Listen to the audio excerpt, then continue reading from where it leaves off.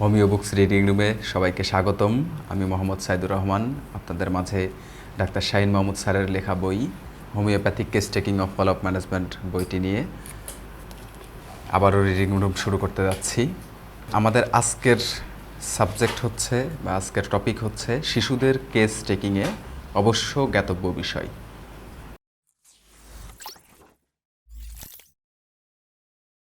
মানুষের জীবনের সবচেয়ে গুরুত্বপূর্ণ সময় তার শিশুকাল, কারণ এ সময়ই মানুষের শরীর ও মনের গঠন, বৃদ্ধি ও বিকাশ ঘটে। কাজেই এ সময়ের কোনো গভীর প্রভাব, তা উপকারী হোক আর ক্ষতিকরই হোক, তা তাকে নিজের প্রতিষ্ঠিত বৈশিষ্ট্য হিসাবে চিরদিনই বহন করে যেতে হয়। মানুষের মানসিক ও শারীরিক স্বাস্থ্যের ভবিষ্যতও নির্ভর করে শিশুকালে তার যে সমস্ত রোগ হয় তার চিকিৎসার সফলতা বা ব্যর্থতার উপর। এমন অনেক রোগ বা বলা চলে সমস্ত ক্রনিক রোগ আছে যা শিশুকালে দেখা দেয় এবং তার জের সারা জীবন রোগীকে বহন করতে হয়। কিন্তু উপযুক্ত হোমিওপ্যাথিক চিকিৎসায় হয়তো সে রোগ নির্মূল হয়ে যেত এবং শিশুর ভবিষ্যৎ স্বাস্থ্যও হতো নির্মল। শিশুকালের চর্মরোগের চাপা দেয়াই, সাপ্রেশন করাই তার ভবিষ্যৎ জীবনে হাঁপানি, নিউমোনিয়া ইত্যাদি বিভিন্ন রকম শ্বাসযন্ত্রের রোগ সৃষ্টি হতে পারে।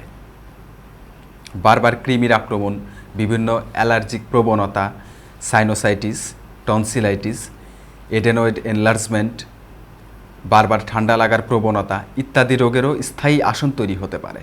আবার শিশুকালে নিউমোনিয়ার চিকিৎসা পাওয়া শিশুর চিরজীবনই ঠান্ডাজনিত সমস্যা, বারবার ইনফেকশন হবার প্রবণতা ইত্যাদি লক্ষ্য করা যায়। বাতজ্বরের বা রিউমেটিক ফিভারের চিকিৎসা নেয়ার পর হৃদযন্ত্রের দুর্বলতা হয়তো কারো কারো সারা জীবনই ভোগ করতে হয়, কিংবা কানের পেছনের গ্ল্যান্ড ফোলা ও ইনফেকশন বা প্যারোটাইটিস মেটাস্টাসিস হয়ে ওভারি বলতে মেয়েদের ডিম্বাশয়ে ও টেস্টেস বা পুরুষদের অন্ডকোষ আক্রান্ত হবার দরুন কারোর ভবিষ্যতে সন্তান ধারণ ক্ষমতা শিশুকালেই ধ্বংস হয়ে যায়। এ সময়ের অ্যালোপ্যাথিক ঔষধের সাইড ইফেক্টও তার মানসিকতা, বুদ্ধিবৃত্তি, আবেগ, অনুভূতি ও শারীরিক অবস্থার উপর অত্যন্ত গভীর প্রভাব ফেলে। হোমিওপ্যাথিক দর্শন মোতাবেক শিশুকালে দেয়া টিকাও, অর্থাৎ যাকে আমরা ভ্যাকসিনেশন বলি, তার উপর কিছু ক্ষতিকর প্রভাব স্থায়ীভাবে তৈরি করতে পারে। অপরদিকে শিশুকালে ঔষধের প্রতি শরীরের ইতিবাচক প্রক্রিয়ার ক্ষমতাও অনেক বেশি এবং এ সময়ে ঔষধ শক্তিশালীভাবে কাজ করতে পারে। কাজেই শিশু বয়সে সঠিক আরোগ্যকারী চিকিৎসার সুফলও মানুষ সারা জীবন ভোগ করতে পারে। আর এই আরোগ্যকারী চিকিৎসা পদ্ধতির প্রথমেই আসে হোমিওপ্যাথির নাম। হোমিওপ্যাথিতে রোগের নাম বা এককভাবে প্যাথোলজির উপর ভিত্তি করে চিকিৎসা প্রদান করা হয় না, করা হয় মূলত রোগীর লক্ষণ সমষ্টির সার্বিক চিত্রের, টোটালিটি অফ সিমটমসের উপর ভিত্তি করে। আর এ কারণেই মানুষের বা শিশুদের যে রোগই হোক না কেন, তার লক্ষণ সমষ্টি ও তাদের বিশেষ বৈশিষ্ট্যই এখানে বিশেষ গুরুত্বপূর্ণ। কিন্তু মুশকিল হচ্ছে শিশুরা তাদের নিজেদের লক্ষণ মোটেই বলতে পারবে না। তাদের অসুবিধাগুলোর বিভিন্ন ধরনের প্রকাশভঙ্গি বা এক্সপ্রেশন এবং বহিঃপ্রকাশিত লক্ষণ অবশ্য আছে, কিন্তু পুরোটা সময় তা পর্যবেক্ষণ করা কোনো চিকিৎসকের পক্ষেই সম্ভব নয়। এই অবস্থায় শিশুদের চিকিৎসার ক্ষেত্রে সবচেয়ে বেশি ভূমিকা রাখতে পারে তার পিতামাতা বা সবসময় যে অভিভাবকের সাথে শিশুটি থাকে অথবা তাকে যারা সবসময় খেয়াল রাখেন। আর এই সীমাবদ্ধতাটি সম্বন্ধে চিকিৎসকদের সবসময়ই সচেতন থাকতে হবে। শিশুদের চিকিৎসা ক্ষেত্রে চিকিৎসকদের প্রথম কাজ হচ্ছে তার অভিভাবককে শিক্ষিত করা, সচেতন করা।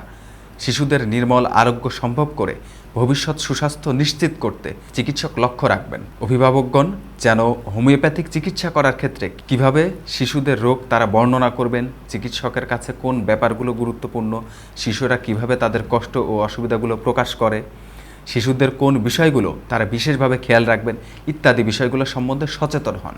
পূর্বে থেকে তাদের অনেকেরই এ বিষয়ে জ্ঞান না থাকাটা অত্যন্ত স্বাভাবিক। হোমিওপ্যাথিক চিকিৎসকগণের দায়িত্ব তাদের এ ব্যাপারে ক্রমান্বয়ে সচেতন করা। বিবৃতির ক্ষেত্রে এই পার্থক্যটা থাকার দরুন এবং আরও কিছু বিশেষ কারণে শিশুদের বিবৃতি গ্রহণের বিষয়টাকে আলাদাভাবে আলোচনা করা হলো। আমরা পড়াশোনা ও অভিজ্ঞতা মোতাবেক নিচের বিষয়গুলো লক্ষ্য রেখে শিশুদের বিবৃতি গ্রহণ করলে তাদের পূর্ণ তথ্য পেয়ে অত্যন্ত ফলপ্রসূ চিকিৎসা প্রদান করা সম্ভব হবে। 1. বর্তমান সমস্যার যথাসম্ভব বিস্তারিত বর্ণনা। অভিভাবকগণের নিকট থেকে শিশুর প্রকাশ করা লক্ষণ যা তারা দেখেছেন তা যতটুকু সম্ভব বিস্তারিত বর্ণনা গ্রহণ করতে হবে।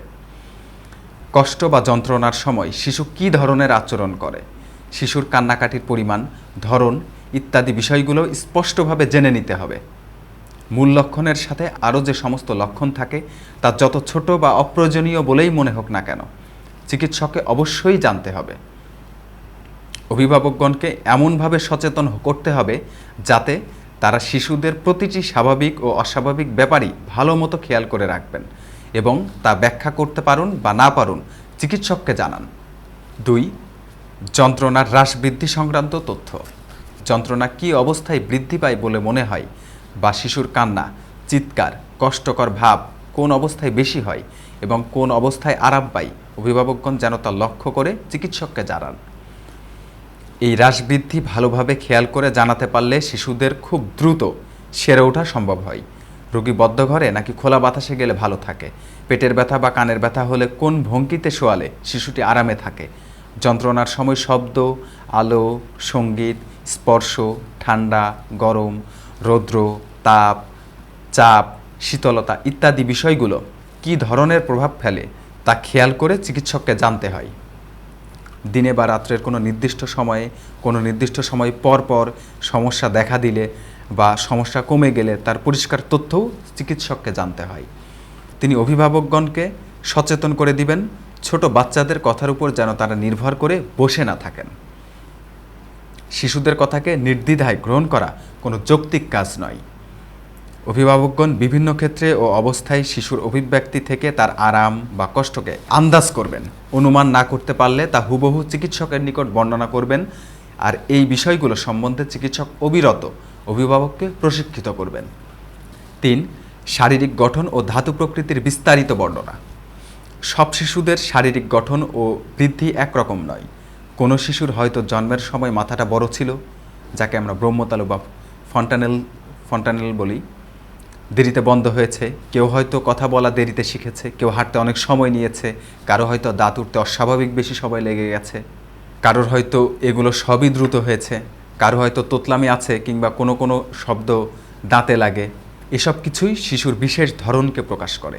এছাড়া শিশুর পায়খানা, প্রস্রাবের ধরন, তার পরিমাণ, গন্ধ, রং ইত্যাদি, তার ঘামের পরিমাণ, কোন অবস্থায় বা শরীরের কোন অংশ বেশি ঘামে, শিশুর ক্ষুধা, ঘুমের পরিমাণ, শোয়ার ধরন ইত্যাদি বৈশিষ্ট্যগুলোও শিশুর শারীরিক গঠন সংক্রান্ত তথ্য প্রকাশ করে, যার মাধ্যমে চিকিৎসক শিশুকে ভালোভাবে বুঝতে সক্ষম হন এবং তার ফলে উপযুক্ত ঔষধ নির্বাচন করতে পারেন। এ কারণে চিকিৎসকগণ অবশ্যই শিশুর এই অবস্থাগুলো খেয়াল করবেন এবং বিবৃতি দেওয়ার সময়ে সবিস্তারে অভিভাবকের নিকট থেকে জেনে নেবেন। 4 হচ্ছে মানসিক গঠন। হোমিওপ্যাথিতে সবচাইতে গুরুত্বপূর্ণ লক্ষণ পাওয়া যায় রোগীর মানসিক গঠন ও রোগের কারণে তার পরিবর্তন থেকে। শিশুর মানসিক বিকাশ, প্রবৃদ্ধি, গতি ও স্থিতিশীলতা যেমন অস্থিরতা, ভয়, উদ্বেগ, নির্ভরশীলতা, নিরাপত্তাহীনতা বোধ, লজ্জা, হীনম্মন্যতা, অনীহা, আগ্রহ, মেজাজ মর্জি, সংবেদনশীলতা ইত্যাদি ব্যাপারগুলো শিশুর নিজস্ব বৈশিষ্ট্যগুলো এমনভাবে প্রকাশ করে যে এগুলো দিয়ে তাকে বেশ ভালোভাবে বুঝতে পারা যায়। আর হোমিওপ্যাথিতে সঠিক ঔষধ দেওয়ার ক্ষেত্রে রোগীকে বুঝতে পারাটাই সবচেয়ে জরুরি। কাজেই উল্লেখ করার মতো কোনো মানসিক বৈশিষ্ট্যকে কোনোভাবেই অবহেলা করা যাবে না এবং চিকিৎসককে যতদূর সম্ভব বিস্তারিতভাবে সে তথ্য জানতে হবে। 5. গর্ভকালীন সময়ে মায়ের শারীরিক ও মানসিক অবস্থা। ইংরেজিতে একটি প্রবাদ আছে, the apple never falls far from the tree. এর যদি শাব্দিক অর্থ করেন যে the apple never falls far from the tree, তাহলে এরকম হবে যে আপেল কখনো তার গাছ থেকে খুব বেশি দূরে পড়ে না। এটা শাব্দিক অর্থ। মূলত এই প্রবাদের অর্থ হচ্ছে একটি শিশু তার আচরণ, বৈশিষ্ট্য বা তার শারীরিকভাবে গঠনগতভাবে, শারীরিক শরীরের দিক থেকে গঠনগতভাবে তার পিতামাতার থেকে খুব বেশি আলাদা হয় না। মূলত তাদের মতোই হয়, সচরাচর তাদের মতোই হয়, তাদের থেকে খুব বেশি পার্থক্য হয় না। শিশু মূলত তার শারীরিক গঠন, তার শারীরিক ও মানসিকতার বিশেষ ধরন, তার রোগ প্রবণতা ইত্যাদি বিষয়গুলো তার পিতামাতার নিকট থেকেই পেয়ে থাকেন। বিশেষ করে তার প্রকৃত রোগ তার মায়াজমটিও পাই পিতামাতার নিকট থেকে। সেই সাথে শিশুর বর্ধন ও গঠন জন্মের পরে নয়, শুরু হয় জন্মের আগে থেকেই। ওই যে প্রবাদটা, তার উত্তরে যে পেয়ে গেলেন, the apple never falls far from the tree, এর উত্তর আসলে এটাই। গর্ভকালীন সময়ে মায়ের আনন্দ, বেদনা, সুখ দুঃখ, আবেগ, অনুভূতি, রোগ শোক, জীবনযাপন প্রণালী সব কিছুরই অংশীদার হয় তার সন্তান। কারণ তখনও মা ও সন্তান আলাদা কোনো সত্তা নয়। সেক্ষেত্রে গর্ভকালীন সময়ে মায়ের মানসিক, শারীরিক, পারিপার্শ্বিক বিভিন্ন অনুকূল ও প্রতিকূল অবস্থার প্রভাব চিরদিনের জন্য সন্তানের জীবনে এসে যায়। অন্তত আমার 3টি কেসের কথা আমি বলতে পারি, যেখানে শিশুটির পুরো সমস্যাটির উৎপত্তির কারণে ছিল গর্ভাবস্থায় মায়েদের কিছু নেতিবাচক অভিজ্ঞতা। যেমন বলা যায়, একটি কেসে গর্ভাবস্থায় ছিলেন খাঁটি ইগনেশিয়া। জন্মের কিছুদিন পর শুরু হয় এই নবজাতকের অকারণে কান্না। বেশ কয়েকটি ঔষধে ব্যর্থ হবার পর অবশেষে ইগনেশিয়া উচ্চ শক্তিতে দেবার পরই কেবল শিশুটি নাটকীয়ভাবে আরোগ্য লাভ করে। এ কারণেই গর্ভকালীন সময়ে মায়ের মন ও শরীরের অবস্থা, বিভিন্ন অনুকূল ও প্রতিকূল পরিবেশ ও পরিস্থিতি, সে সময়কার কোনো উল্লেখযোগ্য ঘটনা যা তার জীবনে গভীর প্রভাব ফেলতে পারে, সে সময়ের অভিভাবকদের দাম্পত্য সম্পর্ক, পারিবারিক পরিবেশ, শ্রম, বিশ্রাম ও পুষ্টি ধরন ইত্যাদি ক্ষেত্রে উল্লেখযোগ্য যা কিছু আছে তা চিকিৎসককে অবশ্যই জানতে হবে। 6. পারিবারিক অবস্থা ও পরিস্থিতি। যদিও আমরা ধারণা করি শিশুরা কিছু বুঝতে পারে না, কিন্তু কথাটা আসলে মোটেও সত্য নয়। শিশুরা জন্মের পর থেকেই সবই বুঝতে পারে, নয়তো তারা কথা বলা, হাসি, কান্না কিছুই শিখতে পারত না। বরং সত্যিটা হচ্ছে, একটা মানুষের মূল প্রকৃতি তার 3 বছর বয়সের মধ্যেই তৈরি হয়। কাজেই এই সময়ে তার পরিবারে কী পরিস্থিতি বা অবস্থা চলছে, পরিবারের সবার আচরণ ও সম্পর্ক কেমন, সংসারে কোনো অশান্তি বা ঝগড়াঝাটি আছে কি না, শিশুর প্রতি সবার স্নেহ ভালোবাসা কেমন, সংসারে বিশেষ কোনো অর্থনৈতিক মন্দা, দুশ্চিন্তা চলছে কি না ইত্যাদি বিষয়গুলো নিশ্চিতভাবে শিশুকে প্রভাবিত করে এবং তাৎক্ষণিক না হলেও পরবর্তী জীবনে তার রোগ উৎপত্তির কারণ হয়। শিশুর স্বাভাবিক বিকাশ ও আচরণ এবং সুস্থ মানসিকতা গঠনে বিঘ্ন হয়। কাজেই যে শিশুর জন্য চিকিৎসা গ্রহণ করতে আসবেন তার পারিবারিক অবস্থার গুরুত্বপূর্ণ ও উল্লেখযোগ্য চিত্র অবশ্যই চিকিৎসককে জেনে নিতে হবে। 7. জন্মের সময়কালীন অবস্থা ও জটিলতা। শিশু স্বাভাবিক প্রসব নাকি সিজারিয়ান প্রসব, জন্মের সময় তার ওজন কত ছিল, যথাসময়ে জন্মগ্রহণ করেছে নাকি সময়ের আগে বা বেশি দেরি করে জন্মগ্রহণ করেছে, এগুলোর উপর আজীবনের বৈশিষ্ট্য ও রোগ প্রবণতা নির্ভর করতে পারে। এই কয়েকদিন আগে একজন নবজাতককে নিয়ে তার পিতামাতা উপস্থিত। শিশুটির যে ডান পাশের হাত পা একদমই নাড়াচাড়া করে না। জিজ্ঞাসাবাদে জানতে পারলাম সিজারিয়ান প্রসবের সময় বাচ্চা মাথায় একটু আঘাত পেয়েছিল। আর্নিকা দেবার 4 দিনের মধ্যে শিশু স্বাভাবিক। এই সামান্য তথ্যটি না পেলে আমাদের বিশাল ঔষধ সম্ভার কি কোনো কাজেই লাগতো? এমনকি শিশুর জন্মের সময়ের আবহাওয়া ও তাপমাত্রাও শিশুর স্বাস্থ্যের উপর প্রভাব ফেলতে পারে। জন্মের পর আতুর ঘরের শব্দ, লোক সমাগম, তীব্র কোনো গন্ধ শিশুর উপর প্রভাব ফেলতে পারে। শিশুর উপর জন্মকালীন সময়ে ও পরে মা যে সমস্ত ঔষধপত্র ও ব্যথানাশক গ্রহণ করেন, ইনজেকশন নেন, সেগুলোও ভীষণ রকম প্রভাব ফেলতে পারে। কষ্টকর প্রসব, বাচ্চার মাথায় আঘাত অনেক সময়ই সারা জীবনের জন্য তাকে অস্বাভাবিক বা মন ও বুদ্ধিবৃত্তি সংক্রান্ত সমস্যা, মৃগী ইত্যাদি রোগের সৃষ্টি করে দিতে পারে। কাজেই শিশু জন্মের আগের সময়গুলোতে এবং এর পরে মায়ের ও শিশুর যে কোনো ধরনের উল্লেখযোগ্য তথ্য থাকলে তা অবশ্যই চিকিৎসককে সবিস্তারে জানতে হবে এবং সে সময়ের ওষুধপত্রের ইতিহাসও যতটা সম্ভব চিকিৎসক জেনে নেবেন। 8. টিকার ইতিহাস।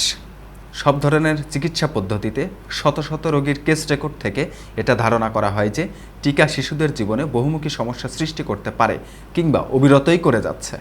কাজেই শিশুদের টিকার ইতিহাস, টিকা তার উপর কী ধরনের সমস্যা সৃষ্টি করেছিল, জ্বর এসেছিল কিনা, টিকা দেওয়ার জায়গায় কী অবস্থা, টিকা দেওয়ার পর অন্য কোনো সমস্যা দেখা দিয়েছিল কিনা কিংবা এখনও কোনো সমস্যা রয়ে গেছে কিনা, টিকা দেওয়ার পর থেকে বাচ্চার মধ্যে বিশেষ কোনো ধরনের পরিবর্তন দেখা দিয়েছে কিনা ইত্যাদি বিষয়গুলো অবশ্যই চিকিৎসককে জানতে হবে।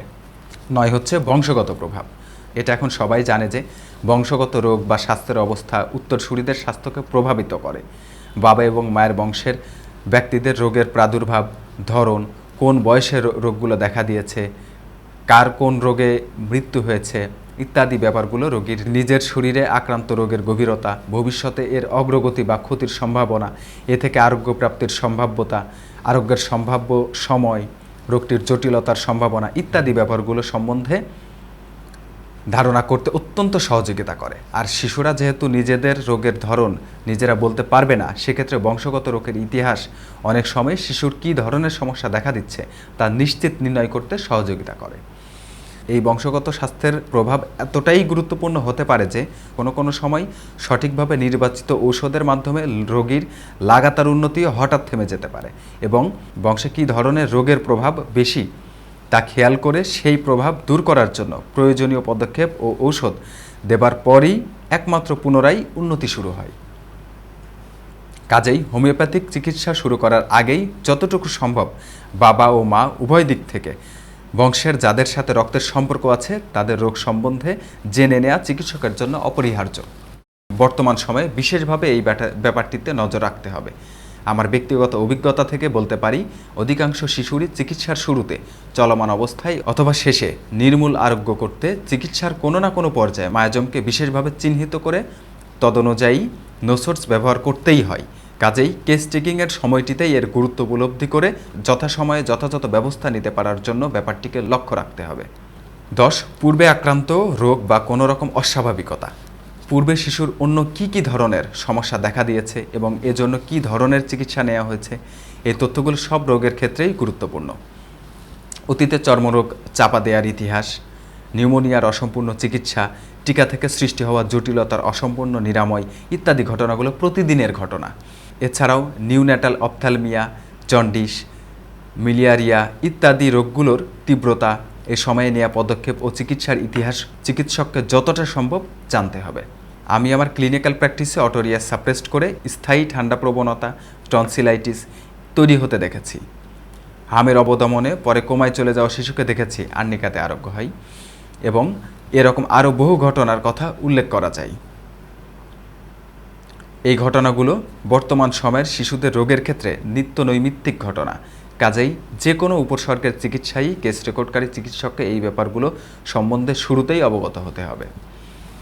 11. শারীরিক ও মানসিক অবদমন। অতীতে শারীরিক বা মানসিক যে কোনো ধরনের রোগ চাপা দেওয়ার ইতিহাস থাকলে চিকিৎসককে জানাতে হবে।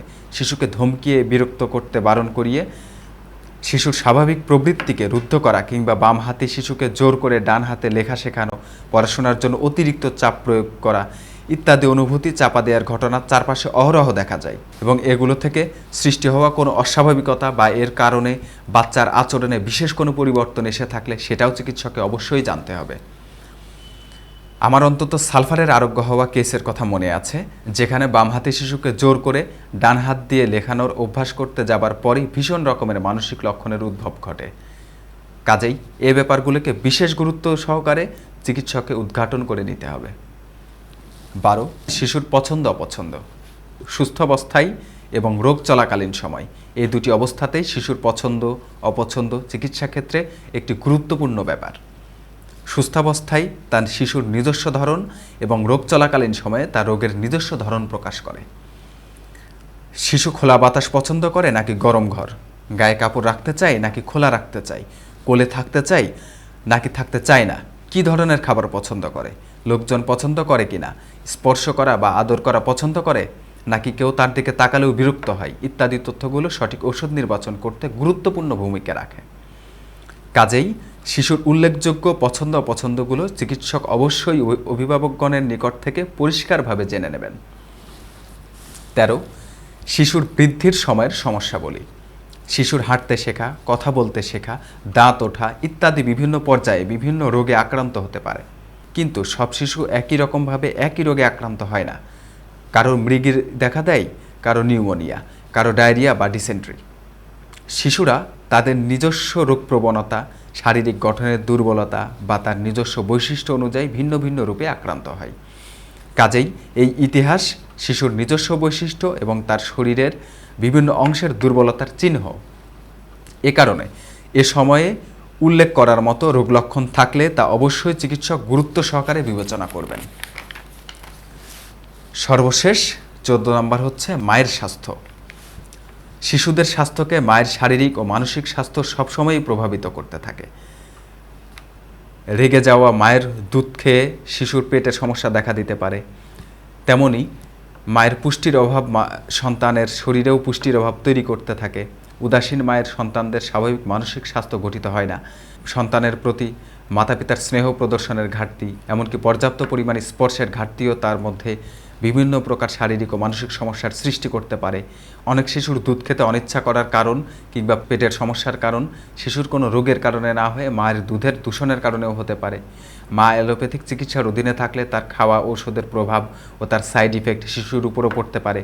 এ কারণে শিশুদের চিকিৎসাকালীন সময়ে মায়ের স্বাস্থ্য সংক্রান্ত গুরুত্বপূর্ণ তথ্যগুলো অত্যন্ত গুরুত্বের সাথে চিকিৎসক জেনে নেবেন। মোট কথা, শিশুর রোগ লক্ষণ ও তার নিজস্ব বৈশিষ্ট্যের সম্মিলিত রূপটাই একজন চিকিৎসকের লক্ষণীয় বিষয়।